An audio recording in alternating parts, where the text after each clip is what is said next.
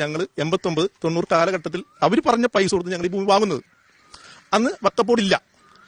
95-ലാണ് വക്കപ്പോട് വരുന്നത്.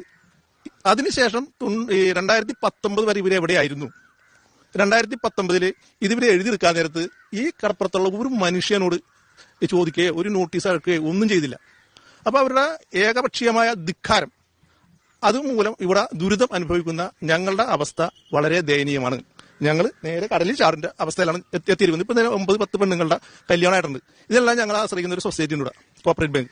അതിനെ ആശ്രയിച്ചിട്ടാണ് ഞങ്ങൾ കാര്യങ്ങൾ നീക്കുന്നത്. ഈ സൊസൈറ്റി ഞങ്ങൾ ആധാരം എടുക്കുന്നില്ല.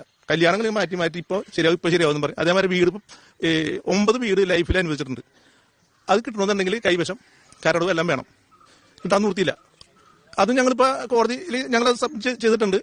കോടതിയിൽ ഞങ്ങൾക്ക് വിശ്വാസമുണ്ട് അന്തിമ വിജയം ഞങ്ങളുടേതായിരിക്കും. ഈ തട്ടിപ്പ് സംഘത്തിനെ തുറന്ന് കാണിക്കുക എന്നുള്ളതാണ് ഇനി ഞങ്ങളുടെ ലക്ഷ്യം. പറഞ്ഞു മനസ്സിലായി? ഇവിടെ ഞങ്ങൾക്ക് എങ്ങും പോകാൻ പറ്റില്ല. ഞങ്ങൾ ഈ കടലുകൊണ്ട് ജീവിക്കുന്ന ആൾക്കാരാണ്. ഞങ്ങൾക്ക് ഇവിടെ എങ്ങും പോകാൻ പറ്റൂല. ഞങ്ങൾ ഇവിടെ പൈസ കൊടുത്ത് വാങ്ങിയ ഭൂമിയിൽ ഞങ്ങൾക്ക് ഇവിടെ ജീവിക്കാൻ പറ്റാത്തൊരവസ്ഥ വക്കപ്പോട് ഉണ്ടാക്കി വെച്ചിരിക്കുകയാണ്. ഇത് വളരെ അന്യായമാണ്. ഒരു രാത്രി ഒരു വ്യക്തി അറിയാണ്ട് അദ്ദേഹത്തിന്റെ മുതൽ തട്ടിയെടുക്കുക എന്ന് പറഞ്ഞാൽ ഇത് അന്യായമല്ല, അഴിമതിയല്ലേ നടന്നേക്കുന്നത്.